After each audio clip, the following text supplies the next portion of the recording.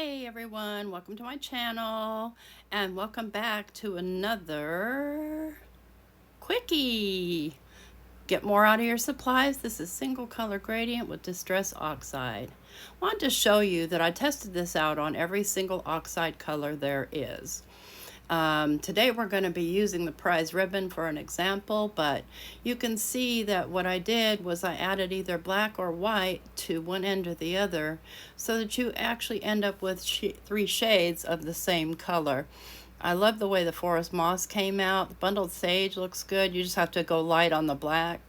Peeled paint. The Great Western Wilderness is awesome. Crushed olive. Anyway, you can see I did every single one of these colors to see how they would work out. I wasn't crazy about it with the reds, so just a heads up, I'm not crazy. It's good with the greens, it's good with the blues, it's good with the purples, but when you start getting into the red shades and the yellow shades, it's going to take a little bit more chemistry to get it figured out. Probably less black, but we'll see. Anyway, I'll show you how I got these three colors from one color. So, and I'm not speeding up the video any. I'll just keep, because it's only a 5-minute video. I'm going to use my accent opaque white cardstock, and I'm going to use the prize ribbon Distress Oxide, and I'm going to coat the whole piece of paper with my blending tool. And again, this is oxide. And I just, I'm going to go in heavy and just, it doesn't matter about all the circles and everything because I'm going to be blending very heavy onto this. I'm just going to keep going back for more ink and going heavy. And I'm not worried about fingerprints or anything else. The whole point is to kind of just make the gradient and show you the three shades that you can get. So I'm just going to completely cover as much as I can before I flip the paper over. Make sure I get it good there in the center too. You can see it goes light there in the middle. And I'm going to grab something so I can hold this down without smudging my ink. And I'm just going to completely coat the whole piece of paper. Now you can go with a lighter hand and even get a lighter shade of this blue. But this is just an example of, a quickie. You can take as long as you want with it. So I'm going to go ahead and do what you do to get a darker shade.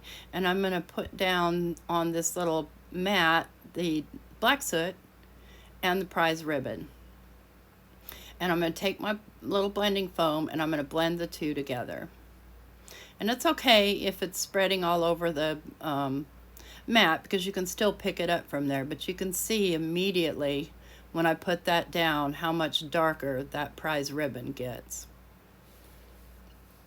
And you can go in even heavier and get it even darker, so you end up with a really nice navy shade. And then I'm going to go ahead and flip it over, and I'm going to wipe off my mat and get my mat out of the way here. And I'm going to clean off my little brush a little bit because I'm going to want to go back in with the prize ribbon. And I'm going to get my dirty, almost empty pigment pad from Ranger. This is the Glacier White. And believe it or not, my blending foam is just stained. It's not terribly dirty. And I'm going to hold on to the top, and then I'm going to just come right in with that Glacier White.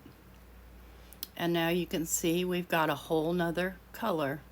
So the point here is, yeah, you can make a beautiful single gradient piece of paper if you really take your time, but you can also just have a lighter shade of whatever color it is you have, making one ink pad into three.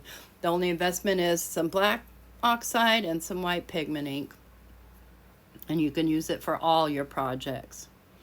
So I'm just going to come back in with the prize ribbon and blend those all kind of together so it does make a sort of a gradient paper, but I can see, oh, that's a shadow. I thought that was a finger smudge.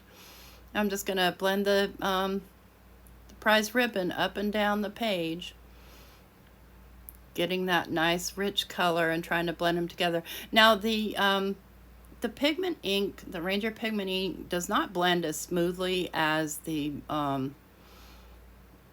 oxide inks because it's not an oxide ink. So if there's ever any white picket fence oxide ink ever to be found ever, I'm on top of it. I'm just going to add a little bit more black to get it even darker at the top.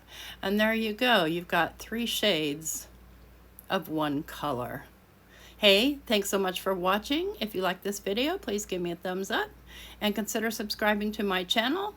Appreciate it. And if you want to get notified, hit that notification bell, and every time I upload a new video, you'll get a notification. Have a great day. Bye.